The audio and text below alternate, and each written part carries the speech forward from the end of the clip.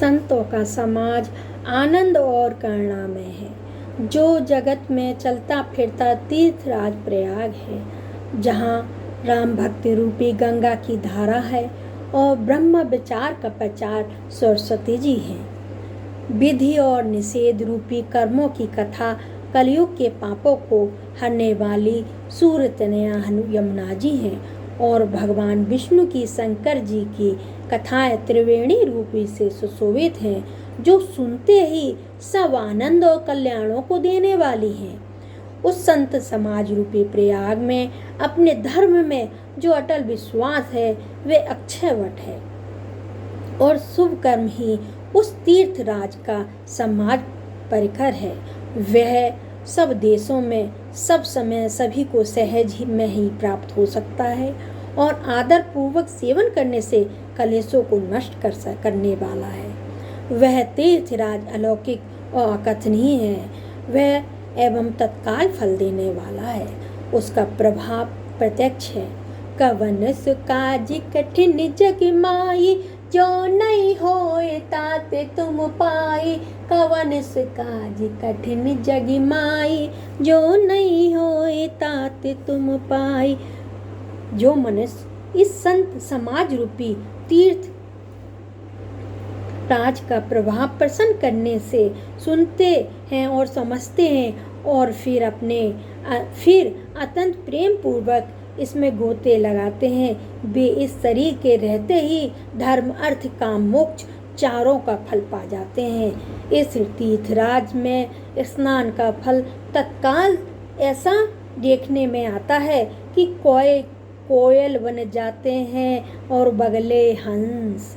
यह सुनकर कोई आश्चर्य ना करे, क्योंकि सत्संग की महिमा छिपी नहीं है। सत्संग की महिमा छिपी नहीं है। वाल्मीकि जी,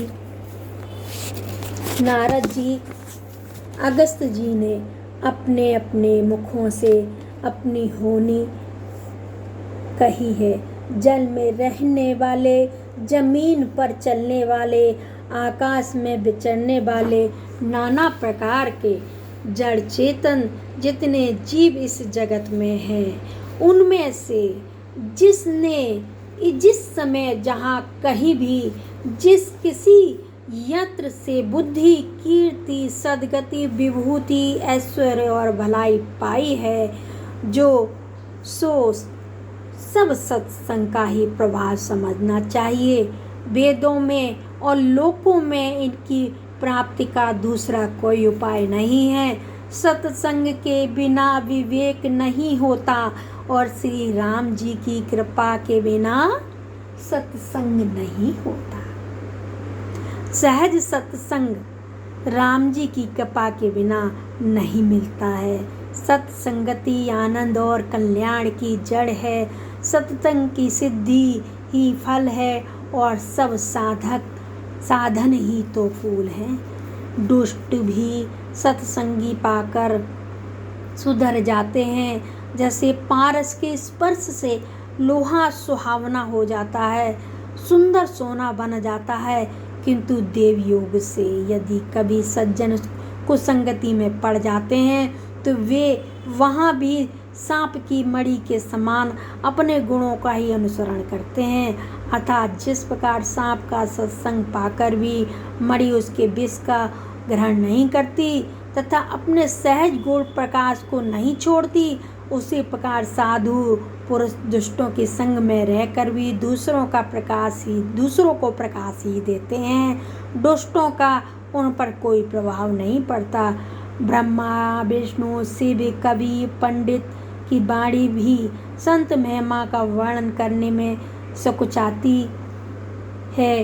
वह मुझसे किस प्रकार नहीं कही जाती, जैसे साग तरकारी बेचने वाले मड़ियों के गुण समूह नहीं कहे जा सकते।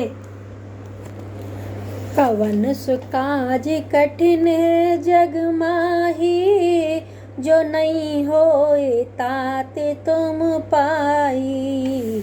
कवन सुकाज कठिन जग माही, जो नहीं होए ताते तुम पाए।